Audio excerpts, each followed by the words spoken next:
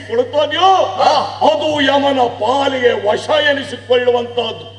ಅಂತ ಜೀವಾತ್ಮಗಳ ಜೀವಾತ್ಮವನ್ನು ಇಲ್ಲಿಗೆ ತರಿಸಿ ಬದುಕಿನಲ್ಲಿ ಅವರು ಮಾಡಿದಂತಹ ಪಾಪ ಪುಣ್ಯಗಳ ಮಾಪನವನ್ನ ತಿಳಿದು ಅವರಿಗೆ ರಕ್ಷೆಯೋ ಇಲ್ಲ ಶಿಕ್ಷೆಯೋ ಇದನ್ನು ನಿಯಂತ್ರಿಸುವುದು ಈ ಯಮನ ಕರ್ತವ್ಯ. ಚಿತ್ರಗುಪ್ತ ಸಾಲು ದಪ್ತರ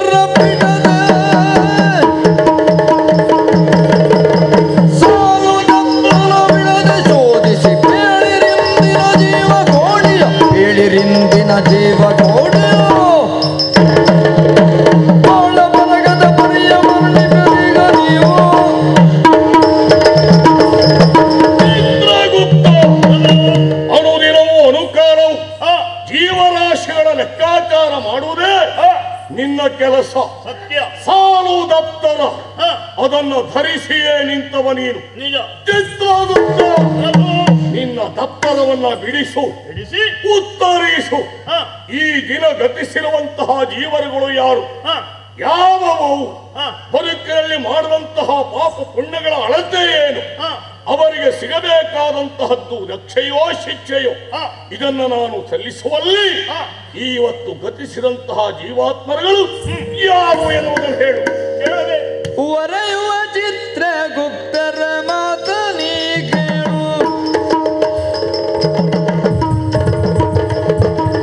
ಒರೆಯುವ ಚಿತ್ರಗುಪ್ತರ ಮಾತನಿ ಕೇಳು.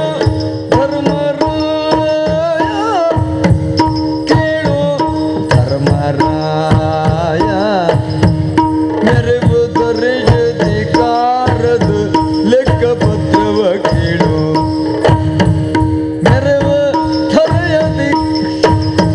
ದೊರೆಯಧಿಕಾರದ ಲೆಕ್ಕಪತ್ರವ ಕೇಳು. ಧರ್ಮರಾಯ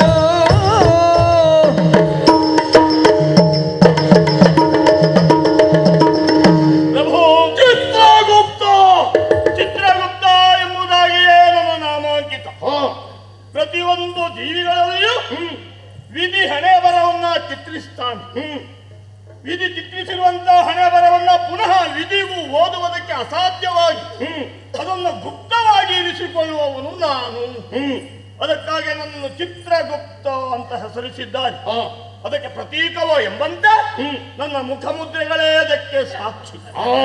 ಚಿತ್ರವು ಮುಖವು ಗುಪ್ತವಾಗಿರುವುದು ಅಂತ. ಜೊತೆಯಲ್ಲಿ ವಿಚಿತ್ರವೂ ಎನಿಸಿಕೊಂಡಿರಿ. ನಿಜ. ವಿಚಿತ್ರವೇ ಆದರೂ ಸತ್ಯ ಹೌದು ತಾನೆ. ಹಾಗೆ ತಮ್ಮ ಅಪ್ಪಣೆಯಂತೆ ಈ ದಿನ ಬಂದವರು ಯಾರು, ಯಾರು ಪುಣ್ಯಾತ್ಮರು ಯಾರು, ಪಾಪಿಗಳು ಯಾರು, ಪಾಪ ಮಾಡಿದ್ರು ಏನು ಎಂಬುದನ್ನು ಅರಿಯುವುದಕ್ಕೆ ಮುಂದಾಗುತ್ತಾ ಇದ್ದೇನೆ. ಮುಕ್ತವಾದಂತಹ ಅವಕಾಶ. ಕೇಳಬೇಕು ಕೇಳಬೇಕು. ಬಂದರು ಷಟ್ಕರ್ಮ ನಿರತರು ನೀ ಕೇಳು.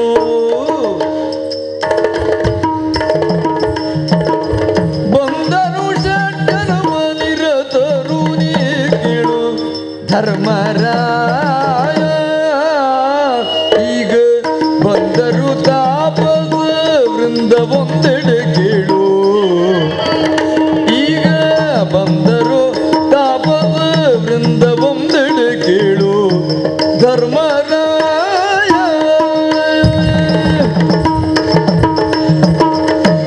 ಪ್ರಭು. ಕಾಮ ಕ್ರೋಧ ಲೋಭ ಮೋಹ ಮದ ಮತ್ಸರ ಇವುಗಳನ್ನೆಲ್ಲ ಬಿಟ್ಟು ಎಲ್ಲವನ್ನೂ ಬಿಟ್ಟು ಎಲ್ಲರನ್ನೂ ಬಿಟ್ಟು ಮನಸ್ಸನ್ನ ಒಂದೆಡೆಯಲ್ಲಿ ಇಟ್ಟು ಸದಾಕಾಲ ಲೋಕ ಕಲ್ಯಾಣಕ್ಕಾಗಿ ಅಹರ್ನಿಸಿ ದುಡಿಯುವಂತ ಭೂಲೋಕದಲ್ಲಿ ಉತ್ತಮ ಪುರುಷರು ಅಂತ ಹೇಳಿಸಿಕೊಂಡಿರುವಂತ ತಾಪಸೋತ್ತಮರು ತಮ್ಮ ಶೇಷಾಯುಷ್ಯವನ್ನೆಲ್ಲ ಪೂರೈಸಿ ಇಲ್ಲಿಗೆ ಬಂದು ಸೇರಿದವರಿದ್ದಾರೆ. ಅವರೆಲ್ಲ ಈ ಸಾಲವಿದ್ದವರು, ಅವರೆಲ್ಲ ಅವರೇ ನೋಡಿ. ಹಾಗಿದ್ರೆ ಈ ಸಾಲಿನಲ್ಲಿದ್ದವರೆಲ್ಲ ಉತ್ತಮರು ಅಂತಾಯಿತು. ಹೌದೌದು. ಉತ್ತಮರಿಗೆ ಸಲ್ಲಬೇಕಾದಂತಹ ಸ್ಥಾನ ಯಾವುದು? ಪರಶಿವನ ಸಾನ್ನಿಧ್ಯ. ನಿಜ. ನೇರವಾಗಿ ಅವರನ್ನ ಕೈಲಾಸಕ್ಕೆ ಕಳುಹಿಸು. ಇವರನ್ನೆಲ್ಲ ಕೈಲಾಸದಾರಿ ತೋರ್ಸ.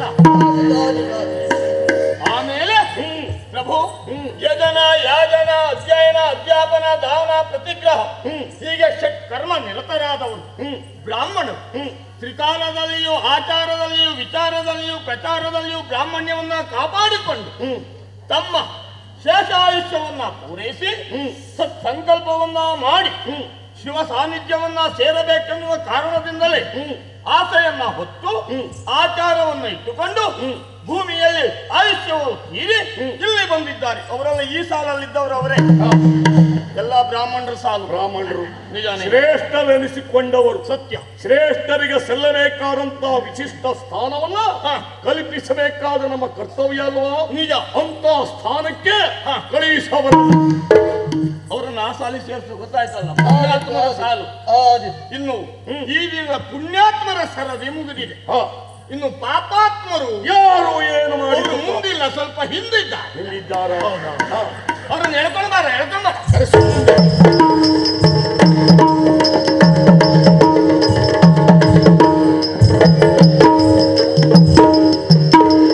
ಪ್ರಭು, ಈತ ಒಬ್ಬ ಹಿಂದಿನ ಸಾಲಿನಲ್ಲಿದ್ದವನ ಇವ. ಹೌದೌದು, ಸ್ವಲ್ಪ ಮುಂದೆ ಬರ್ಲಿಕ್ಕೆ ಹೇಳಿ. ಸ್ವಲ್ಪ ಮುಂದೆ ಹೋಗ ಬಾರ. ಪ್ರಭು, ಭೂಲೋಕದಲ್ಲಿ ಪಂಡಿತರು ಪಾಮರರು ಎಲ್ಲವರು ಕುಳಿತು ತಮ್ಮ ಜೀವನದ ಸತ್ವ ಮತ್ತು ಮಹತ್ವವನ್ನ ತಿಳಿದು ತಾವು ಮನುಷ್ಯರಾಗಿ ಬದುಕುಕೊಳ್ಳುವುದಕ್ಕಾಗಿ ಒಂದು ಮಾಧ್ಯಮ ಹುಟ್ಟಿಕೊಂಡಿದೆ. ಯಾವುದು? ಅದು ಕಲಾ ಮಾಧ್ಯಮ. ಅದಕ್ಕೆ ಯಕ್ಷಗಾನ ಅಂತ.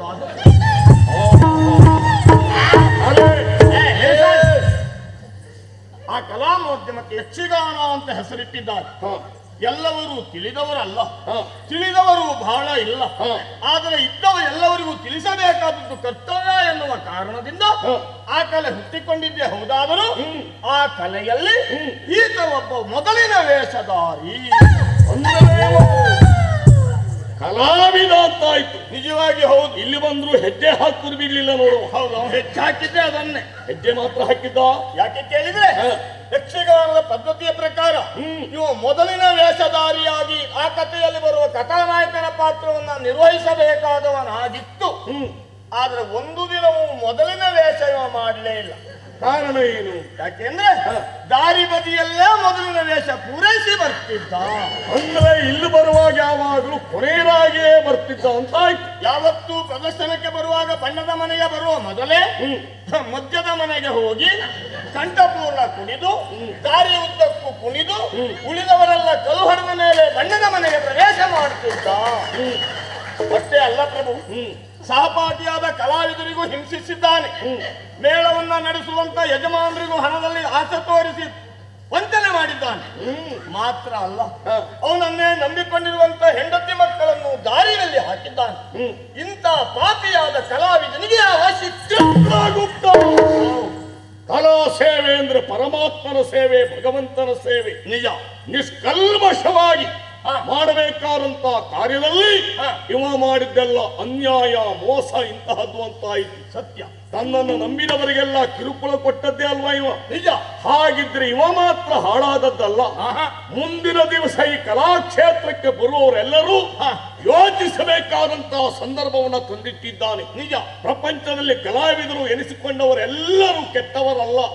ಇಂತಿದ್ದ ಒಬ್ಬೊಬ್ಬ ಮಾಡಿದಂತ ಕೆಟ್ಟ ಕಾರ್ಯದಿಂದಾಗಿ ಕಲಾವಿದರೆಲ್ಲರಿಗೂ ಕೆಟ್ಟ ಹೆಸರು ಬರ್ತಾರೆ. ನಿಜ. ಹಾಗಾಗಿ ತಪ್ಪು ಮಾಡಿದವರಿಗೆ ಶಿಕ್ಷೆ ಏನು ಎನ್ನುವುದು ಲೋಕಮುಖ ತಿಳ್ಕೊಳ್ಳಬೇಕು ಅಂತಾದ್ರೆ ಇವನಿಗೆ ಭೀಕರವಾದಂತಹ ಶಿಕ್ಷೆ ಆಗಲೇಬೇಕು. ಹಾಕಿ ಅವನನ್ನ ಕುಂಬಿ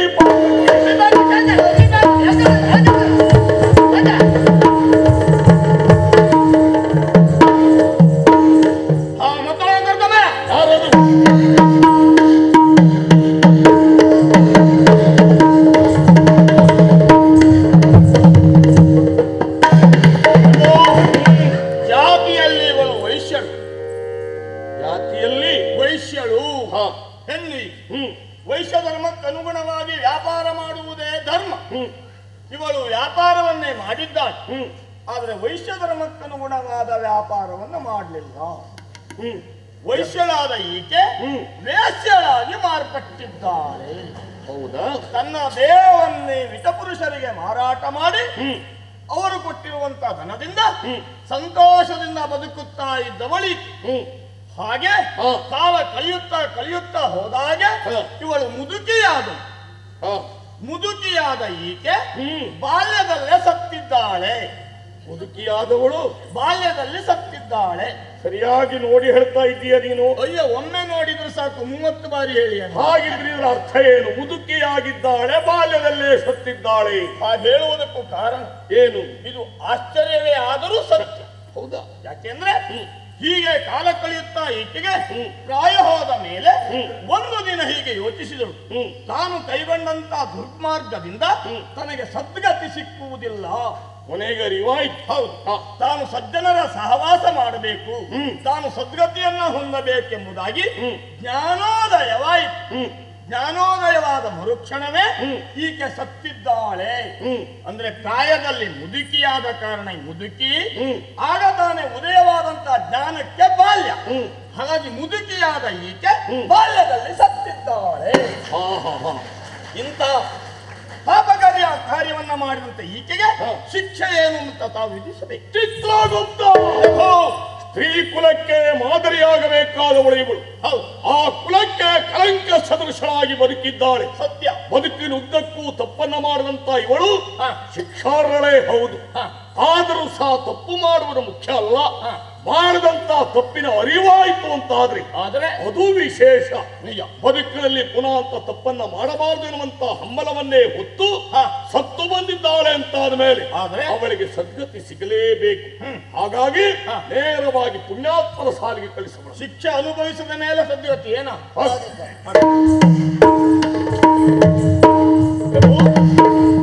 ಈವರೆಗೆ ಬಂದವರ ವಿಚಾರ ಆಗಿದೆ, ಇನ್ನೂ ಬರಬೇಕಾದವರು, ಈ ದಿನ ಬರಬೇಕಾದವರು ಯಾರು ಕೇಳಬೇಕು. ಆ ವಿಚಾರವನ್ನು ನಾನು ಹೇಳ್ತೇನೆ. ನಿಷ್ಠೆ ಬಾಲ ಕೇಳು ಧರ್ಮ ದೇವ ದೇವ, ನಿಷ್ಠೆ ಬಾಲ ಕೇಳು ಧರ್ಮ ದೇವ ದೇವ, ಧರ್ಮ ದೇವ ದೇವ ಬೇಳುವೆ ನಿಷ್ಠುರತೆ ಜಿದಲ್ಲ ಧರ್ಮ ದೇವ ದೇವ, ಬೇಳುವೆ ನಿಷ್ಠುರತೆ ಜಿದಲ್ಲ ಧರ್ಮ ದೇವ ದೇವ.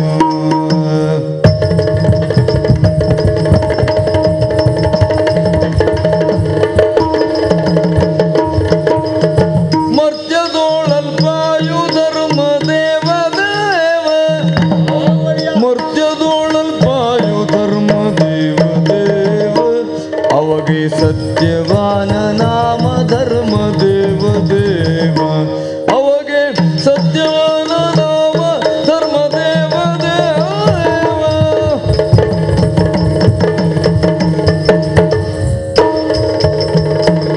ಅವಗೆ ಸತ್ಯವಾನ ನಾಮ ಧರ್ಮ ದೇವ ದೇವ. ಓ ಯಮಧರ್ಮರಾಯ, ಯಮದೂತ ಶೈಬ್ಯ ಹಾಗೂ ದ್ಯುಮತ್ಸೇನರ ಮಗ ಸತ್ಯವಾನ ಎನ್ನುವುದಾಗಿ ಅವನ ಹೆಸರು. ಸತ್ಯವಾನ್. ಹೌದು, ಅವನ ಪ್ರಾಣ ಪಕ್ಷಿ ಈಗಾಗಲೇ ಇಲ್ಲಿಗೆ ಬರಬೇಕಾಗಿತ್ತು. ಸತ್ತು ಹೋದವನ ಜೀವಾತ್ಮವನ್ನ ಪ್ರಾಣ ಪಕ್ಷಿಯನ್ನ ಎತ್ತು ತಿರುವು ತರುವುದನ್ನ ಬಿಟ್ಟು ಮತ್ತೆ ಬನ್ನಿ ಯೋಚಿಸ್ತಾ ಇದ್ದೀರಲ್ಲ, ಬರುವುದಕ್ಕೆ ಕಾರಣ ಉಂಟು. ಪಾತಿವ್ರತ್ಯ ಜ್ವಾಲಯ ಧರ್ಮ ದೇವ ದೇವ, ಪಾತಿವ್ರತ್ಯ ಜ್ವಾಲೆ ಧರ್ಮ ದೇವ ದೇವ, ಧರ್ಮ ದೇವ ದೇವ. ಎನ್ನೋ ಕ್ಷೇತ್ರದಗಿಸಿದಯ್ಯೋ ಧರ್ಮ ದೇವ ದೇವ, ಎನ್ನೋ ಕ್ಷೇತ್ರದಗಿಸಿದಯ್ಯೋ ಧರ್ಮ ದೇವ ದೇವ.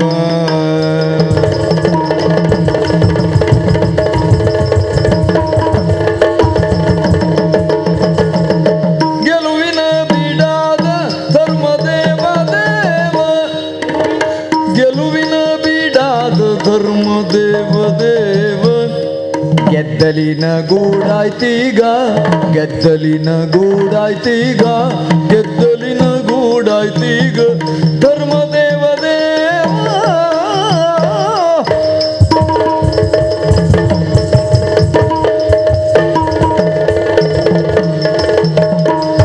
ನಿಷ್ಠೆ ಬಾಲ ಕೇಳು ಧರ್ಮ ದೇವ ದೇವ, ಬೇಳುವೆ ನಿಷ್ಠುರತೆ ಇದಲ್ಲ ಧರ್ಮ ದೇವ ದೇವ.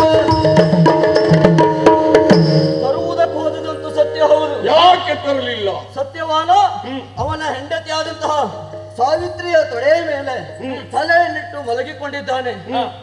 ಹೋಗಿ ನೋಡಿದಾಗ ನಮ್ಮಿಂದ ಅವನಿರುವ ಹತ್ತಿರಕ್ಕೆ ಹೋಗುವುದಕ್ಕಾಗ್ಲಿಲ್ಲ. ಕಾರಣ ಏನು ಎನ್ನುವ ಹಾಗೆ ಯೋಚನೆ ಮಾಡಿದಾಗ ಅವನ ಹೆಂಡತಿಯಾದಂತಹ ಸಾವಿತ್ರಿಯ ಪಾತಿವ್ರತ್ಯದ ಪ್ರಭಾವದಿಂದಲಾಗಿ ಆ ಜ್ವಾಲೆಯನ್ನು ನಮ್ಮನ್ನ ಸುಡುತ್ತಾ ಇದೆ. ಹಾಗಾಗಿ ಒಡೆಯ ನಮ್ಮಿಂದ ಕರೆದರುವುದಕ್ಕಾಗಲಿಲ್ಲ. ಒಡೆಯ ನಮ್ಮನ್ನು ಕಾಪಾಡು.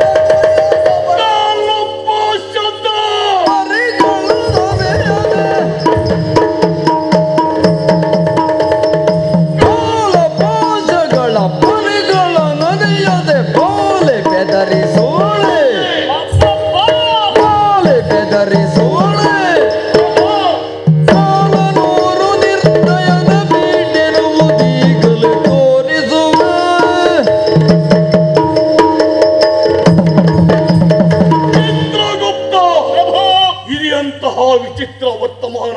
ನಿಜ, ಹಂತಕನ ಬದುಕಿನಲ್ಲೇ ಇಂತಹದ್ದೊಂದು ಘಟನೆ ನಡೆದದ್ದಿಲ್ಲ. ಆಶ್ಚರ್ಯ. ಆಯು ಪ್ರಮಾಣ ತೀರಿ ಗತಿಸಿದ್ದಿದ್ರು ಅಂತವರ ಜೀವಾತ್ಮವನ್ನ ಪ್ರಾಣ ಪಕ್ಷಿಯನ್ನ ಎತ್ತಿ ತರುವಲ್ಲಿಯೂ ವಶಪಡಿಸಿಕೊಳ್ಳುವಲ್ಲಿಯೂ ಅವನ ಮಡದಿ ಆ ಕಾರ್ಯಕ್ಕೆ ಆತಂಕಗಳಾಗಿದ್ದಾಳೆ. ಹಂತಕನ ಕಾರ್ಯಕ್ಕೆ ಆತಂಕ ಸದೃಶಳಾದವಳು ಒಬ್ಬಾಕೆ ಶೀಲೆ ಬಾಲೆ ಅಂತಾಯ್ತು. ಅಬ್ಬಾವಳ ಧೈರ್ಯವೇ